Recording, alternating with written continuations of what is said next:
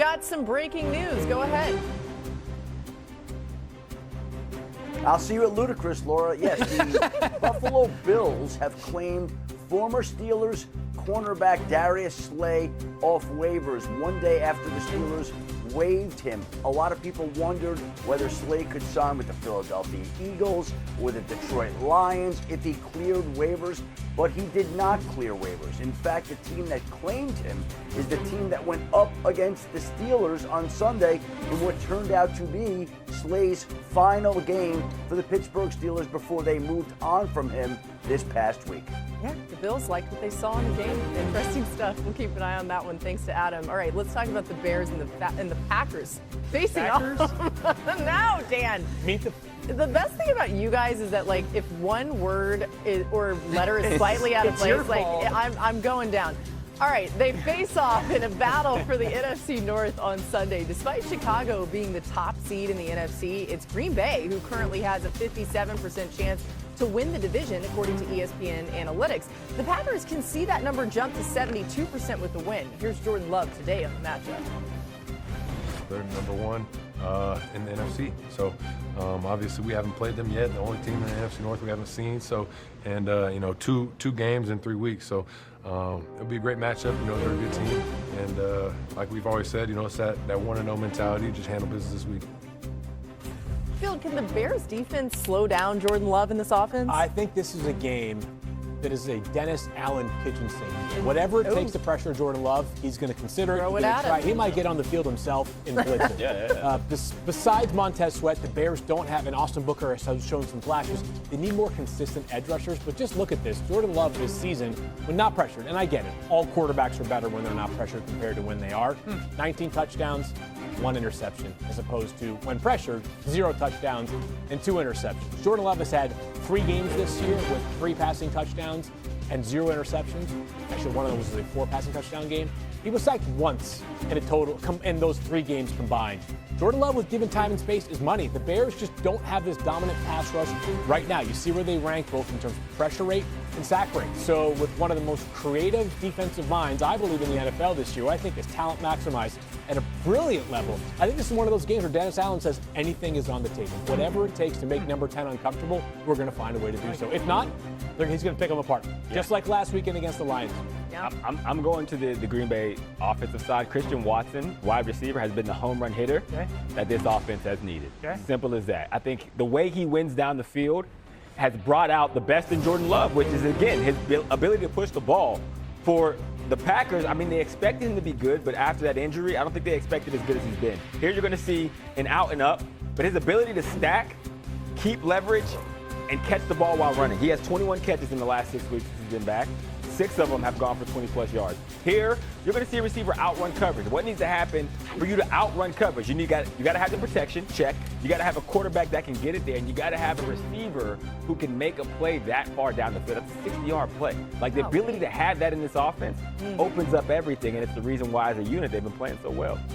Christian Watson is becoming the impact of Julio Jones, Andre Johnson, Josh Gordon, Nico Collins. I'm not saying he's that player, okay? I'm not saying he's that player, but you and I kind of grew up in this offense, right?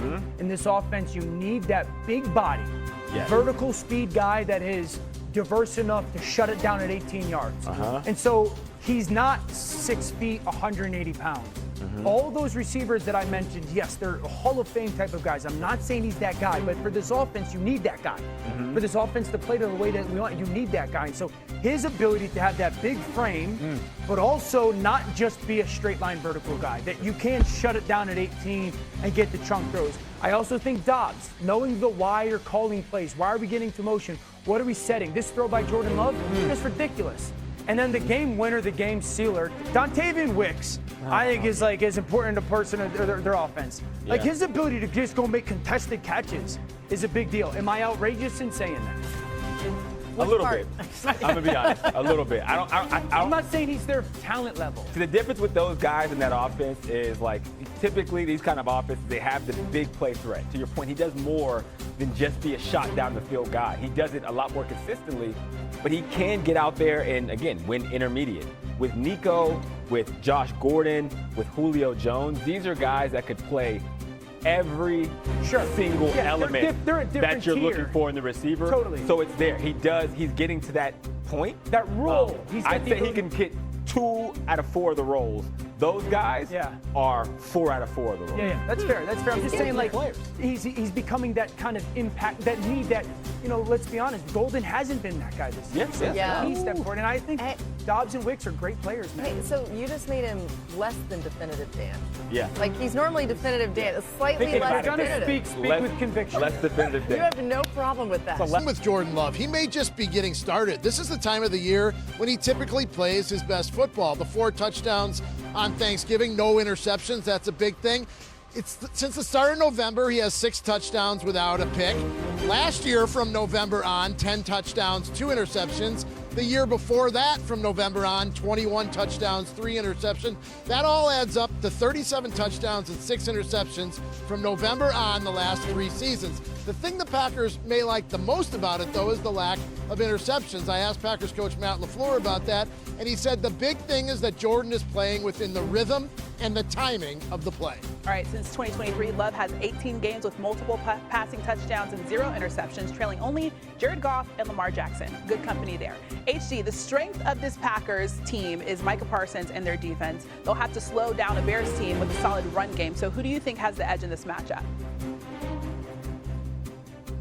This is a tough one, but I'm going to go with the Chicago Bears and their run game. Their offense, everything that they do is predicated off of it. And what Ben Johnson has done a great job of is creating the eye candy, shifts, motions, giving the defense something else to think about before the balls actually snap.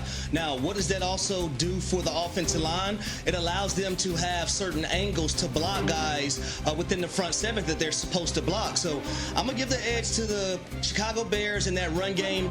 You can't ignore what they just did to the Philadelphia Eagles in their front 7. A front 7 that has Jordan Davis, Jalen Carter, guys that we know that can be very disruptive up front. So I'm going with the Chicago Bears. Yeah, that offense can be dangerous, especially when Caleb Williams figures out the passing game. Rob, I want to ask you, as a fellow Baldy, is your head cold outside? You know what? I didn't bring a hat or gloves today, but my great producer, Steve, lent me his gloves. He must have forgot a hat because he's got a full head of hair. He doesn't need one. It is cold. Yeah, you need to borrow Harry's cowboy hat.